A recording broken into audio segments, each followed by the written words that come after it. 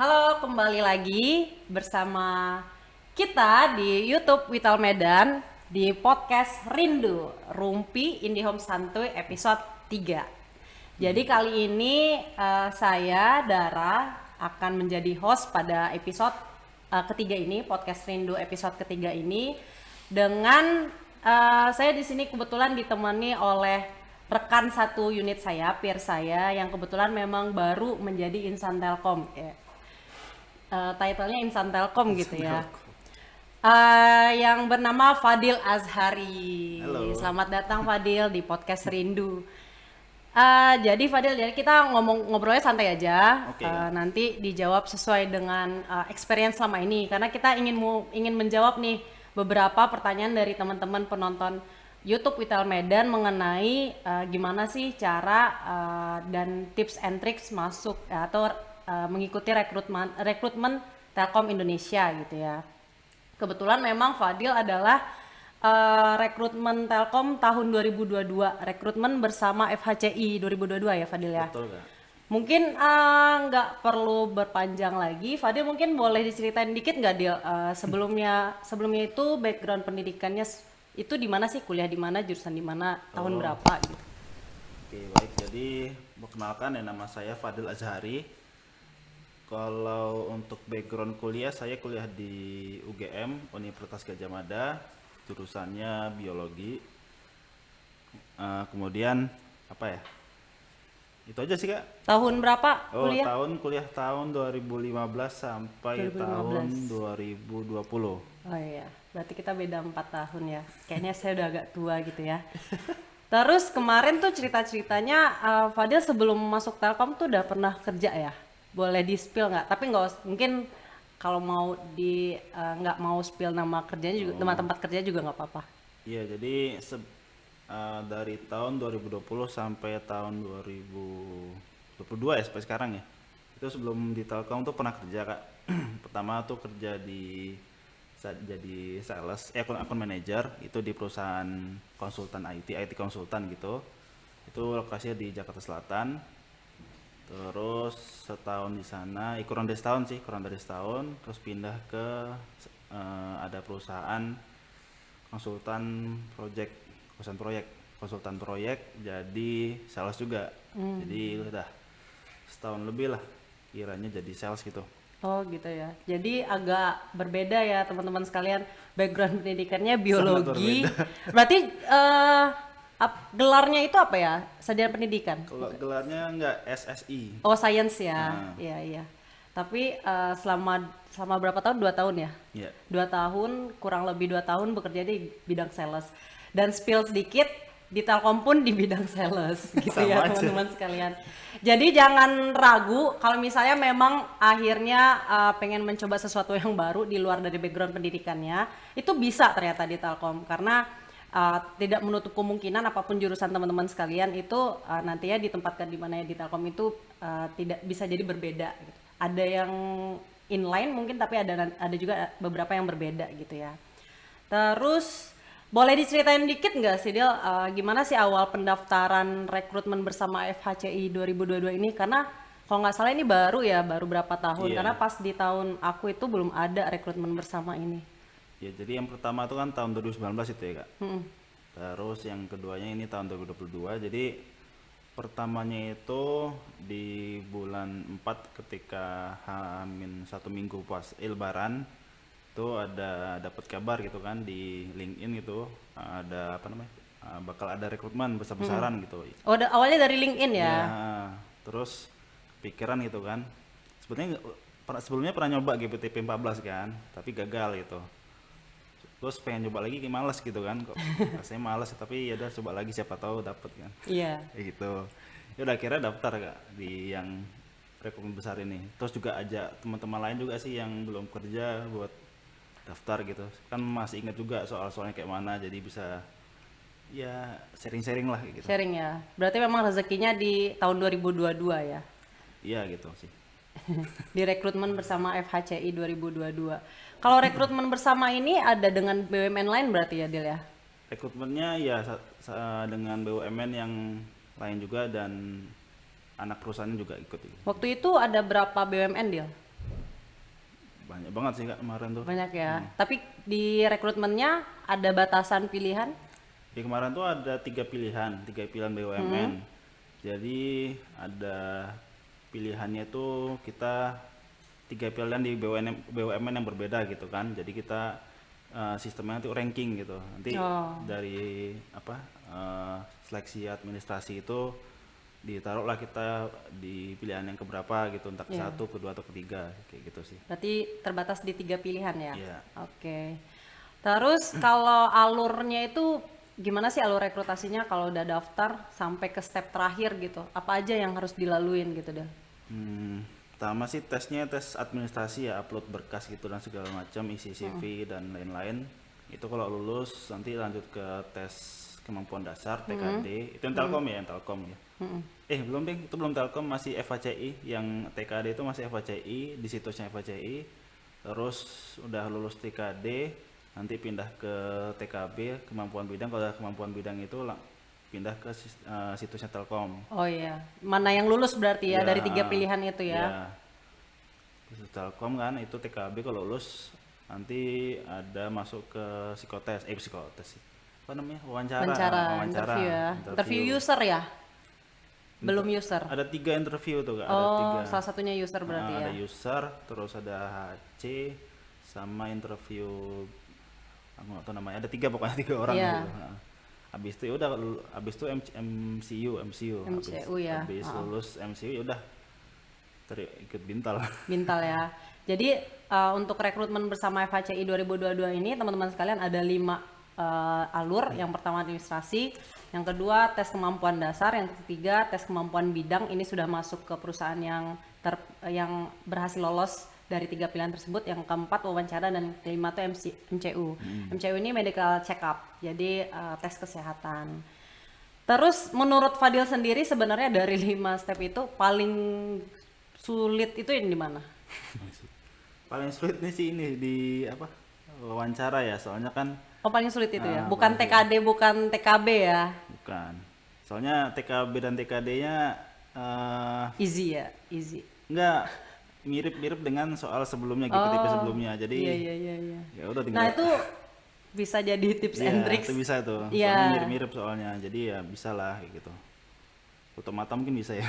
Iya, teman-teman mungkin bisa mempelajari tes-tes sebelumnya, mungkin bisa sharing ya sama teman, atau kakak kelasnya sudah pernah lulus GPTP Telkom untuk ditanyain tuh soal-soalnya, karena nggak jauh berbeda ternyata soalan setiap tahunnya. Itu sih yang sulitnya di wawancara. Oh iya. Terus kalau step paling gampang? Paling gampang itu apa ya Kak? Ya selain psikotes, Selain psikotes. interview Administrasi kali ya, paling gampang cuma upload CV gitu-gitu ya. Upload CV doang. Iya.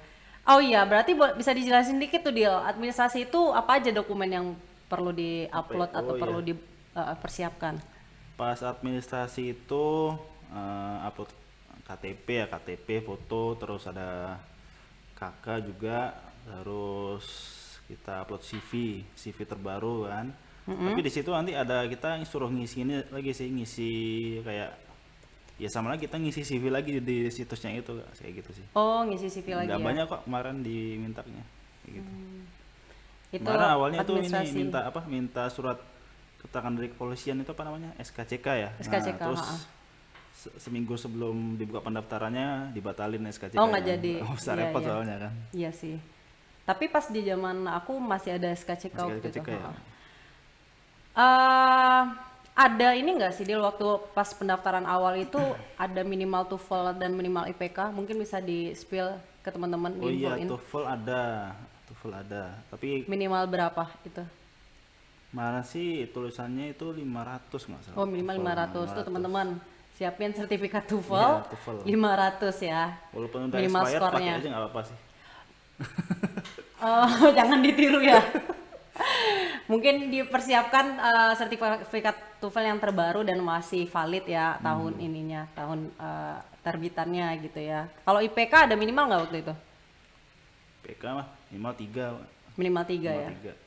Berarti kalau teman-teman yang 3,01 masih bisa Masih ikut, jangan sedih. Mungkin masih ada rezeki di situ ya. Terus apa lagi ya, mau nanya apa lagi ya? Oh ya, berapa lama akhirnya waktu itu Dil? Setelah dari administrasi sampai MCU itu berapa lama durasi bulannya? Pertama dari bulan 4 ya, bulan 4 itu pendaftaran awal, terus bulan bulan 5 itu tes kemampuan dasar, terus bulan 6-nya itu TKD, bulan 7-nya itu interview dan MCU. Di akhir bulan 7-nya baru apa namanya, keterima enggaknya gitu, lolos akhirnya itu sih. Berarti Pengumuman akhir lah gitu. berapa bulan total? Apa ya, 6, 5, 4, 3 bulanan lah. 3 bulanan, 3 bulanan teman-teman. Sampai dengan pengumuman ya, Iya. sampai dengan pengumuman. Dan setelah pengumuman mulai masuk tuh ke Bintal, bimbingan mental. Iya. Mungkin nanti kita akan ada sesi tersendiri ya ngebahas itu setelah masuk Telkom ya. Lalu ada nggak sih Dil tips and tricks dari Fadil sendiri nih untuk daftar Telkom dan lulus gitu ya dari lima apa step itu gitu. Kalau apa tips and tricksnya sih, kalau menurut saya yakin aja sih. Yakin dan Yakin percaya aja, teman-teman. pas ngerjain soal tuh yakinnya kalau itu udah benar gitu lah, maksimal benar kayak gitu sih. Tapi mungkin tadi ada juga ya ternyata soal-soal dari tahun ke Iya. tahun nggak jauh berbeda ternyata. Coba ya pintar-pintar kita cariin ya, cari informasi lah gitu misalnya Iya, gitu iya. kan. Masa kita yang mau cari kerja, kita juga yang malas-malasan Iya gitu betul, betul betul. Karena kita harus ada effort di situ Iya. ya. Kalau misalnya sebenarnya ini banyak banget yang nanya Dil, kalau tips and tricks saat interview tuh kayak gimana sih gitu. Karena tadi infonya ada interview ada tiga orang yang Iya. nanyain ya. Nggak kaget tuh Dil. Apa ya, kalau saya sih biasa aja ketemu orang, kan sales kan, jadi Iya. udah biasa ketemu orang terus ngobrol gitu kan. Pagi interview ini udah biasa aja sih, cuma pas interview kemarin ya biasa sih Kak, nanya CV, isi CV, jelasin pengalaman seperti apa, terus job desk-nya ngerti nggak gitu. Terus sama kalau interview HC itu kan masih standar nanya tentang diri gitu kan, cuma yang serunya tuh pas interview user. Nah itu kan udah terkait bidang kita ya Iya. tuh kan. Nah itu pas banget kemarin tuh dia orang proyek kan, jadi saya juga kan kerja di konsultan proyek, jadi inline lah. Ngobrolnya juga kayak nyambung gitu.